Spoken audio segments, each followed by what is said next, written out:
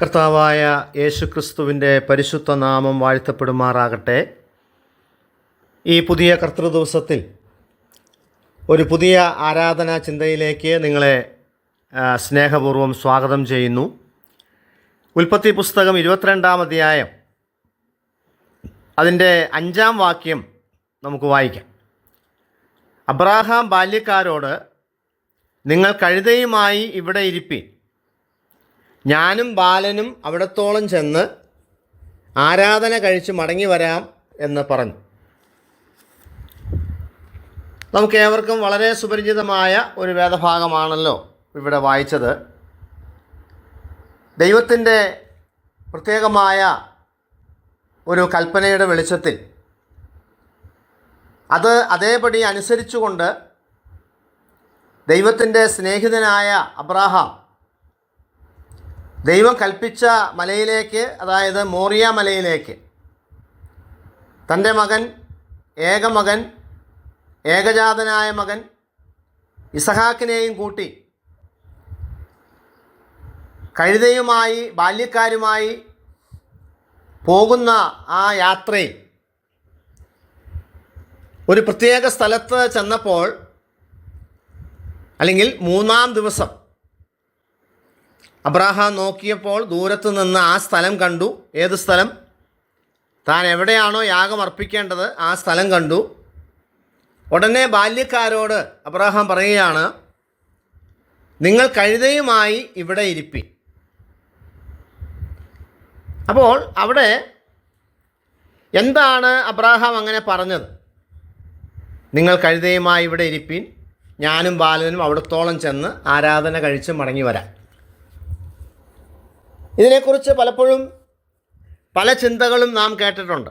ആരാധനയ്ക്ക് വരുമ്പോൾ ബാല്യക്കാരെയും കഴുതയെയും ഒക്കെ താഴ്വരയിൽ ഇരുത്തിക്കോണം, അനാവശ്യമായ ചിന്തകളും അനാവശ്യമായ കാര്യങ്ങളൊന്നും ആരാധനയ്ക്ക് കൊണ്ടുവരരുത്, വളരെ ഫ്രീ ആയിട്ട് വേണം ആരാധനയ്ക്ക് വരാൻ, ഇങ്ങനെയൊക്കെയുള്ള കാര്യങ്ങൾ നാം കേട്ടിട്ടുണ്ട്. എന്നാൽ അതാണോ അതിൻ്റെ അർത്ഥം? അതും വേണമെങ്കിൽ ഒരർത്ഥമായിട്ട് കൊടുക്കാം. ഒരു വാക്യത്തിന് തന്നെ പല ആപ്ലിക്കേഷൻസ് ഉണ്ടല്ലോ. എന്നാൽ ഇവിടെ ശരിക്കുമുള്ള അർത്ഥം അതല്ല. ഈ വാക്യത്തിൻ്റെ ശരിക്കുമുള്ള അർത്ഥം, അബ്രാഹാം ബാല്യക്കാരെയും കൊണ്ട് മോറിയ മലയിലേക്ക് പോയാൽ അബ്രാഹാമിനറിയാം ഈ യാഗം നടക്കുകയില്ല. ഏത് യാഗം? ഇസഹാക്കിനെ യാഗമർപ്പിക്കുന്ന ആ യാഗം, ആ ശുശ്രൂഷ, അതൊരിക്കലും മോറിയ മലയിൽ ചെന്ന് നടക്കുകയില്ല. നടക്കാനായിട്ട് ഈ ബാല്യക്കാർ അനുവദിക്കുകയില്ല. എന്താ കാരണം? എന്താ കാരണം? മടങ്ങിച്ചെല്ലുമ്പോൾ സാറ ചോദിക്കും, എൻ്റെ മോൻ എവിടെ? എൻ്റെ മകൻ എവിടെ? നിങ്ങളവനെ കൊന്നോ? നിങ്ങളവനെ കളഞ്ഞോ? എന്തു പറ്റി? ഭർത്താവിനോടാണ് ആദ്യം ചോദിക്കുന്നത്, അത് കഴിഞ്ഞ് ബാല്യക്കാരോട് ചോദിക്കും. അപ്പോൾ ബാല്യക്കാർക്ക് ഉത്തരം മുട്ടും. അബ്രാഹാം അവനെ കൊന്നു കളഞ്ഞു, അവൻ ചത്തുപോയി, മരിച്ചുപോയി, ഇങ്ങനെയൊക്കെ പറയേണ്ടി വരും. ബാല്യക്കാർക്ക് അത് ബുദ്ധിമുട്ടാകും. അതുകൊണ്ട് അബ്രാഹാം എന്തു ചെയ്തു? ബാല്യക്കാരോട് താഴ്വരയിൽ ഇരുന്നോളാൻ പറഞ്ഞു. നിങ്ങൾ മുകളിലേക്ക് വരണ്ട എന്ന് പറഞ്ഞാൽ, എൻ്റെ സഹോദരന്മാരെ, എന്താ അതിൽ നിന്ന് നമുക്ക് മനസ്സിലാക്കാവുന്ന ഒരു പാഠം? നിങ്ങൾ മുകളിലേക്ക് വന്നിട്ട് എൻ്റെ ഈ യാഗത്തിന് തടസ്സമുണ്ടാകരുത്. ഞാൻ എൻ്റെ മകനെ ഹോമയാഗം കഴിക്കാനാണ് വീട്ടിൽ നിന്ന് പോന്നിരിക്കുന്നത്. സാറയോട് പറഞ്ഞോ പറഞ്ഞില്ലയോ എന്നൊന്നും നമുക്കറിയാൻ പാടില്ല.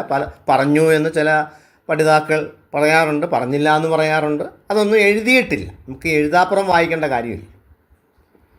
പറഞ്ഞു എന്നിരിക്കട്ടെ, പറഞ്ഞില്ല എന്നിരിക്കട്ടെ, എന്തെങ്കിലും ആവട്ടെ. അബ്രാഹാം എന്തായാലും അവൻ ഒരു നിശ്ചയദാർഢ്യത്തോടെയാണ് വീട്ടിൽ നിന്ന് ഇറങ്ങിയിരിക്കുന്നത്. കാരണം അവൻ്റെ മകനെ യാഗമർപ്പിക്കേണ്ടി വരും.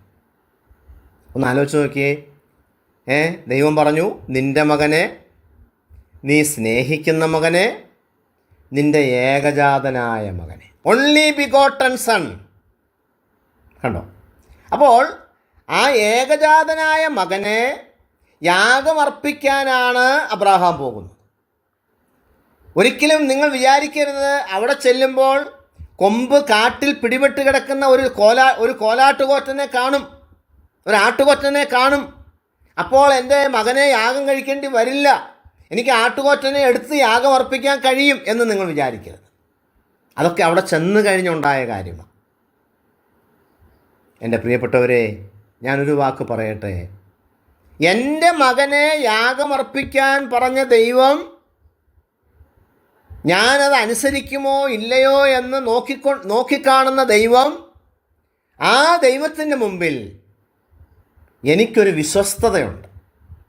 എൻ്റെ ഭാര്യ എന്തു വേണമെങ്കിലും വിചാരിച്ചോട്ടെ, എൻ്റെ കൂടെ വന്ന ബാല്യക്കാർ എന്തു വേണമെങ്കിലും വിചാരിച്ചോട്ടെ, അല്ലെങ്കിൽ ഇസ്മായേൽ, എൻ്റെ വെപ്പാട്ടിയിലുണ്ടായ ഇസ്മായേൽ, അല്ലെങ്കിൽ എൻ്റെ വെപ്പാട്ടി എന്തു വേണമെങ്കിലും ചിന്തിച്ചോട്ടെ.